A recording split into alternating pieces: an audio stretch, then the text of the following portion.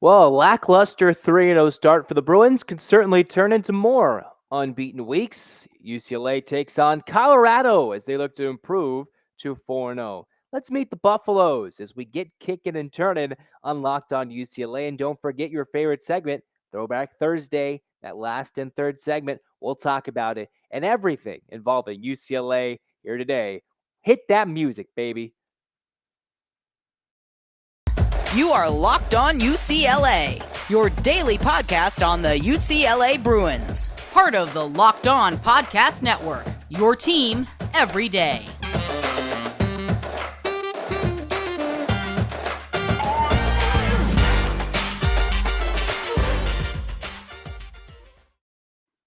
Hey everybody, it's your favorite host, Zach Anderson-Yoxsimer, at Zach and Yox with a couple of underscores mixed in on Twitter. If you're watching on YouTube, at Locked On Bruins on Twitter. And most importantly, check up Locked On UCLA on YouTube. Like, comment, subscribe, whatever it is. Hit that subscribe button. Bam, bam, bam, bam. Yeah, no, maybe so. Just comment how we're doing here with Locked On UCLA. Give us the love as we remember to give the love to BetOnline. They present this episode, and it probably wasn't hard to bet that UCLA would be 3-0 as BetOnline has all your sports wagering information, including the fact that UCLA is heavy favorites at Colorado in Boulder, where the Bruins, they look for their first win since 2014. Yes, it's been 8 years since the Bruins have won in Colorado. They've split the last 6 against the Buffs, home and home winners. We'll talk about that as we get those hands in the air, Bruin fans. And 1, 2, 3, 4, 5, 6, 7, 8, UCLA. UCLA, fight. Let's go. We're excited. We're all discombobulated. You know, when you do an 8 clap about 30 times a day, sometimes it kind of boggles your mind. But here we go. UCLA 3-0 against an 0-3 Colorado team. What to expect with a Karl Dorrell coach team? Well, Bruin fans, UCLA fans, we do remember that tenure in the earlier mid part of the 2000s where we saw the Bruins have that exciting 2005 season and then a disappointing end to his tenure for Karl Dorrell as a Bruins head coach, the former UCLA receiver. But then found his way back in the head coaching circles, got himself the head coaching gig in Colorado, actually opened up with the win against UCLA in 2020, an epic 48-42 win for Colorado in that shortened but also delayed Pac-12 opening for college football in that 2020 COVID affected, impacted season. And the Bruins went on to had not have success. So that's what Colorado had. Last year, the Buffaloes 4-8 and 0-5 on the road. So they're 4-8. UCLA took care of business against Colorado last year in the Rose Bowl, 44-20. But UCLA, they're looking for something a little different here against an 0-3 Colorado. They're looking for a lot more improvements with a team that is searching for a reason to prove why they should be top 25 worthy by the end of the weekend when, for all accounts, UCLA, barring a massive upset on the road, should be 4-0 with a short week, big-time matchup against Washington at home looming in just over a week, next Friday night primetime on ESPN. UCLA going to Folsom Field. They haven't won in 8 years. We'll get to that for Throwback Thursday. We'll get to that.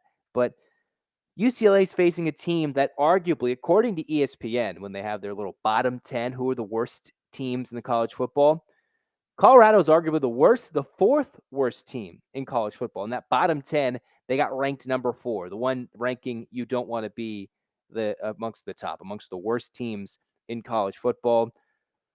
For the Buffaloes, they have not had a game that's been closer than 31 points. Their closest game this season was a 41-10 loss at Air Force, losing in Colorado Springs to Air Force. Their home opener was a 38-13 loss to TCU. That's not a way to welcome the fans and ring them into the new year. And Colorado's just seemingly been lost, especially spending the last 2 weeks on the road, losing big to Minnesota, I believe, by over 40-plus points, then losing to Air Force or vice versa. Big losses. And the Bruins come in fresh off a nail-biting but also wake-up call type of win against South Alabama, who is, by all accounts, much better than what UCLA will face on Saturday. That's just kind of what I think. Just what I think. A Colorado team, you can look at it, you can slice it either way. We'll start a little bit more on the offensive side. This is a team that is struggling, and I mean struggling to get things going offensively. This is a far cry from that team that put up 48 on the Bruins when they coughed up the ball 2 years ago. For Colorado, they've had 3 separate quarterbacks this week alone, from what I've seen, that they've had take starting first team reps. That's what the reports have been out of Boulder. And they've had the likes of Brendan Lewis, JT Shrout, Owen McCown. Last year, it was Lewis who started against UCLA in 2001, but between Shrout, who's gotten the bulk of these reps this season, and Owen McCown, all three of these quarterbacks have seen action this season. As we'll pull up the stats in just a moment for this Buffalo team that's just struggling significantly. So between the three quarterbacks, you have JT Shrout, who's played in all 3 games. He's got 22 completions with 55 attempts. That's a 40% completion rate with 1 pick to 2 passing touchdowns. Through 2 games, Colorado has had 2 passing touchdowns, and they've just struggled to get the passing game going. Brendan Lewis is 15 for 24 in limited time. He's got 92 yards passing, no touchdowns. And Owen McCown has attempted 7 passes in 1 game played, and he's got 13 yards per attempt, 52 yards. And Colorado quarterbacks, they've been sacked 6 times. They have one lone kind of outstanding back despite a lackluster running game. Deion Smith, 28 carries, 159 yards, 1 touchdown. A Colorado team that has scored 3 touchdowns offensively in this first couple of weeks. It's just been an absolute struggle for the Buffaloes to put up points. They have only scored in their first 3 games 30 points. Yes, 30 points, 1 rushing touchdown, and 2 passing touchdowns. That's where their offense has come from. But their kicking's been good. They made all their field goals. But now their number 2 back, Alex Fontenot, who's carried the ball 20 times, 84 yards, about 4.5 yards on the ground. A nice number 2 option for Colorado. He's out, looking to be for the second consecutive game, who would be either the number 2 or maybe the number 1 option, Fontenot, who's out with a chest injury, missed last week and would be out again. So Fontenot, who could very well be their leading back, is out. He's got a game high of 53 yards, but between Smith and Fontenot, maybe a nice combination. Colorado without a back, struggling without key receivers, or struggling to find a good quarterback. And they have one receiver that's kind of, at least so far, performed much better than the rest. It's Daniel Arias, who is got 9 receptions, 124 yards, no receiving touchdowns to this point thus far in the season. But his best game, 4 receptions, 66 yards, much better than any of the Buffalo receivers. So this is a team statistically that is just near the bottom of the barrel in college football offensively. They're struggling so much. So UCLA, and it's not like Colorado's turned the ball over so many times. 4 times, 3 games.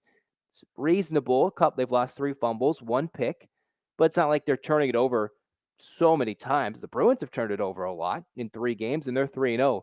It's just they're struggling to find some traction offensively. So this is what could potentially and should be a field day for the Bruins defensively. I know they're a little thin on the D line at the moment for Bill McGovern's defense, Chip Kelly's defense. They can really dial up some pressure and find a way to put this Colorado team behind the chains. If you watch that South Alabama game, so many times it was South Alabama moving the football, positive gains, just working the outsides, which is maybe what Colorado might do on a little quick bubble screen, work with the run with LaDamian Webb for South Alabama's game. But the thing is, there weren't too many negative plays forced by UCLA's defense last week. I know standout John Bonds, but if the Bruins can wrap up the wrap up tackles, they can rack up a big total of tackles for losses. an outstanding number. They can get sacks, and they can force a turnover or two. This is what should be a standout day for the Bruins defensively against a Buffalo offense that is simply not proven much in the early going, and they struggled last year under Karl Dorrell. They last year between their first 4 FBS games, not including their win over Northern Colorado, an FCS team, they struggled to put points up in the beginning of the season last year, which is why maybe Colorado fans, Buffalo fans, the Buffs Nation, they're maybe calling for Karl Dorrell's job. And he's got it good now at the moment after a statement released by the AD specifically before this UCLA game, which is quite a time for him to have some support. And this could be what is the final nail in the coffin for this job for Karl Dorrell. We'll see. He's still got more games going forward, but if UCLA comes in and plays well, that could spell the end for Dorrell. Did I mean to rhyme that? No. But we'll talk about how UCLA can exploit them offensively against the Buffalo defense. There's still some terrible numbers on the other side. But first, let's hear some words from Nugenix. Yep, Nugenix, remember when it was winning, when it felt easy? Yes, the Bruins, they're 3-0, but it hasn't been easy. But you remember when it was easy? That's because when you were younger, you were at the peak of your testosterone production. It's what some called the winner's hormone, the man hormone, or the man hormone. Wouldn't it be nice to get that winner's edge again and get that old swagger back in your step? Well, if you want more energy to counter the negative physical effects of aging, Nugenix Total T Testosterone Booster with testofen will help you turn back the clock, re-energize your workouts, and get better results at the gym and help you feel and look like the man you really want to be. Nugenix Total T, again, that keeps the man-boosting key ingredients like testofen, has been validated in 5 clinical studies, 5 of them, to show it's been shown to boost free testosterone levels in men. Once again, Nugenix Total T, the #1 selling testosterone booster at GNC.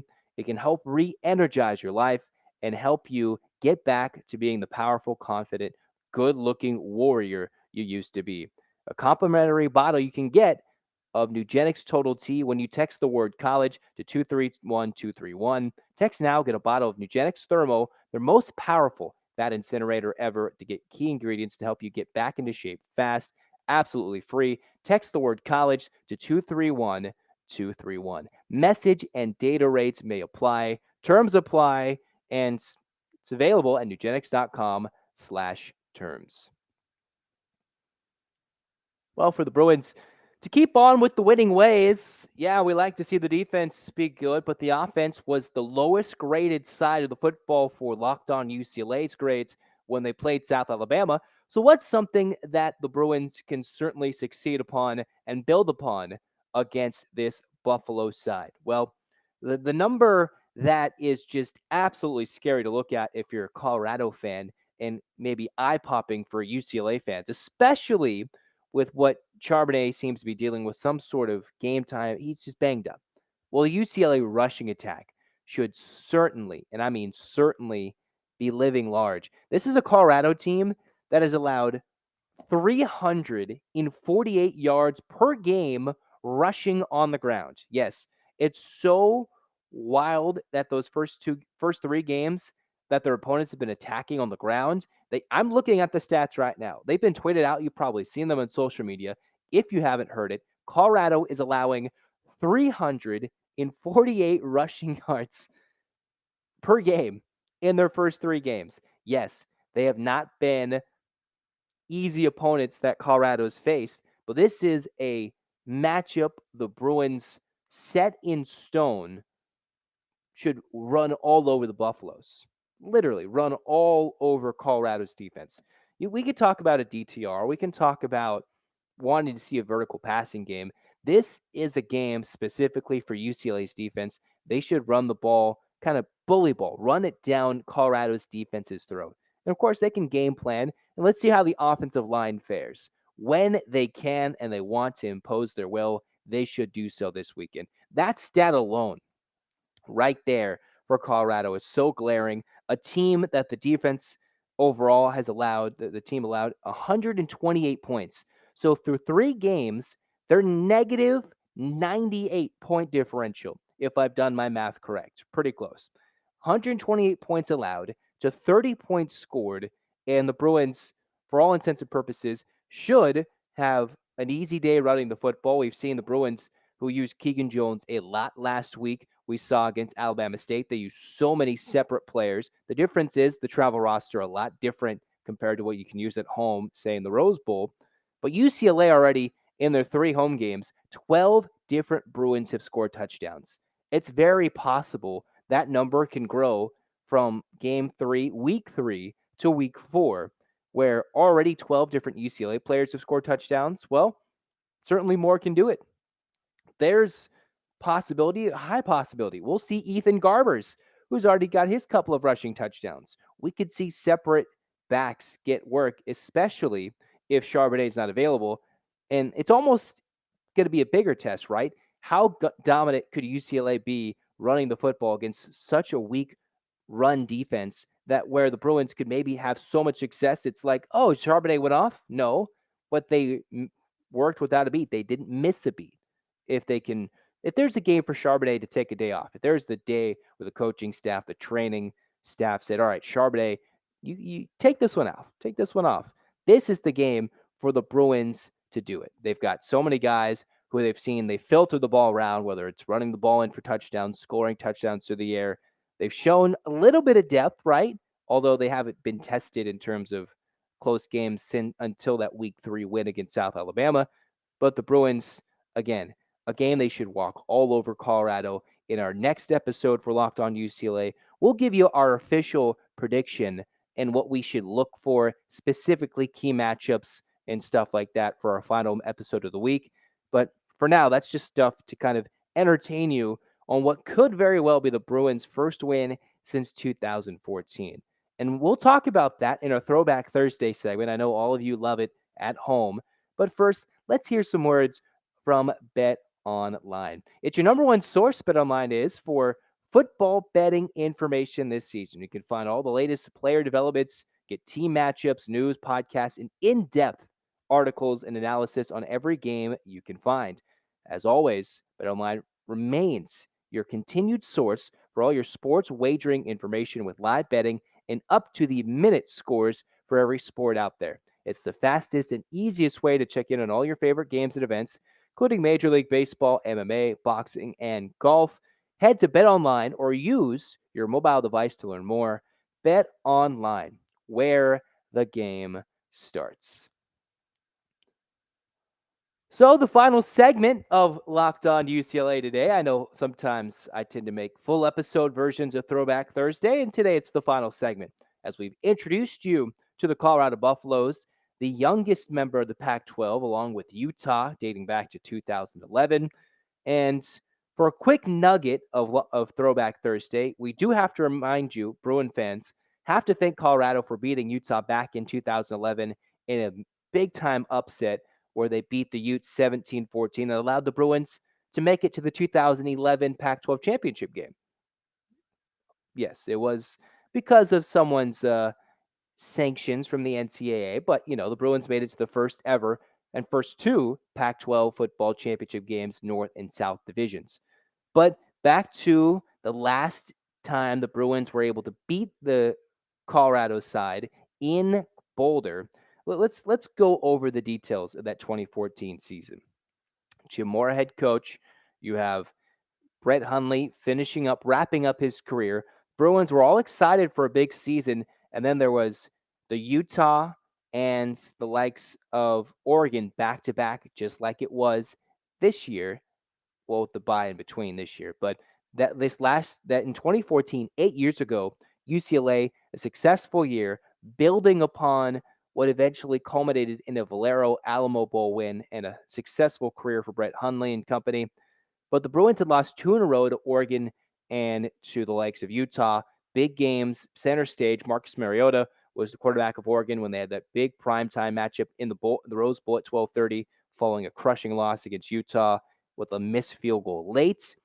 The Bruins coming in, got a close win against Cal the week before, 36-34, came into a road environment in Colorado back on October 25th, 2014, as they've lost their last three at Folsom Field since this very game. So for UCLA, what were some of the key statistics that led them to this 40-37 double overtime win? Well, this was a Buffalo team that season had 2 wins and 10 losses, went 0-9 in conference. So are you thinking, was this a typical Bruin almost choke if you're a kind of a self-loathing UCLA fan? Or is it, if you're an excitable, energetic fan like myself, all right, it was a fun game to listen to. Yes, yes, I listened to it on the radio. I remember that specifically, being in my grandma's house, sitting there listening. Oh, it's so close. It's so close. It shouldn't be close, but it is, because that game, UCLA had a big early lead, such a huge early lead. They were up 17-0 by the time the first quarter ended, 24-7 late second quarter. And by the time the third quarter was over, the Bruins still maintaining that 17-point edge, 31-14. Paul Perkins, yes, name dropping Paul Perkins, he had 180 yards on the ground, 2 touchdowns. Brett Hundley went for 200 in the air and a touchdown, and 100 rushing yards with a touchdown, including the game-winning score. The Bruins had a 92-yard rushing touchdown, but it was Colorado who had mounted a 17-point fourth quarter comeback, forced the Bruins into overtime after a couple of touchdown tosses to Bryce Bobo, no relation to Jake, and they scored 2 touchdowns, kicked the game-tying field goal by Will Oliver with 36 ticks left in the game. They went to overtime. The Bruins had to sweat it out because their first possession, UCLA kicked a field goal, and then Colorado had a chance to win the game by scoring a touchdown. They settled for a field goal. Then their second overtime possession, they also kicked a field goal again before Brett Hundley, in 2 plays, and the UCLA offense went 25 yards, ending in a Brett Hundley 8-yard touchdown run as the Bruins won it 40-37 in what was Colorado's second double overtime game of the season. UCLA and Colorado combined for over 1,000 yards of offense, 3 turnovers. Colorado had 11, or more like 10 minutes more of possession and had 10 more first downs. This Colorado offense had 31 first downs against UCLA. A UCLA rushing attack, which is kind of funny that we talk about it now. UCLA ran for over 300 rushing yards in that game, and it's interesting that they're playing a Buffalo team that struggles against the run this year, who's also allowing over 300 rushing yards per game. That Buffalo team allowed the Bruins to go over 300 yards rushing and win that game. Might be ironic if they do it the last 2 times in Boulder by rushing for over an exorbitant amount of yards on the ground. So that was interesting. But the Bruins found themselves with that win, kickstarted a 5-game winning streak. We're kind of in the middle of it after the Cal win the week before, ending with a win against SC in that end of season, near the end of the season, and ended with a win against Kansas State in 2014, which is actually the last year the Bruins won a bowl game. It's been 8 years since the Bruins won in Boulder, and it's been 8 years since the Bruins have won a bowl game. Brett Hundley's last game as a UCLA Bruin. Interesting. Also, I thought it was interesting. You could go with separate ways as to who the most impactful player on the field was. I mean, Brett Hundley, he obviously got drafted and all that. You have the Miles Jack, who actually had a rushing touchdown, yes, when he was going both ways. There's Eddie Vanderdoes. But looking on the Colorado side of things, one player who didn't have an impact truly on this game, he only had 5 true touches with 3 carries, a couple of receptions, only for totaling 34 yards rushing and receiving combined. Philip Lindsay, actually maybe the most notable player on the field for Colorado that day, and he actually had pretty much nothing to deal with the game. I believe he was called in college the Tasmanian Devil is what I saw. So that was before Philip Lindsay became the Philip Lindsay beloved by Colorado fans, and eventually, for a few seasons, beloved by the Denver Bronco fans, staying as a Colorado legend. So that was the big player on the field for Colorado. Interestingly enough, despite that being a winless team in the Pac-12 that year for Colorado, they had 7 losses in which games were within one score in the fourth quarter at some point. So the Bruins weren't the only team to struggle with the Buffaloes as they marched their way on to a successful season, a 10-win season, as the Bruins went 10-3, and that was the last time the Bruins beat the Buffaloes in Boulder, truly competed for a possible Pac-12 title berth. After that ended the string of, they had chances, but the Bruins did not do much later. UCLA finds himself in a similar spot this year, wanting to compete for the Pac-12's crown, reach the Rose Bowl for the first time in what seems like forever in UCLA football lore, and most importantly, they want to go out with a bowl game win. I know everybody's talking about the college football playoff, but for now, the bowl game still matters, wanting to get the positives at the end of the season and right the wrongs of years past.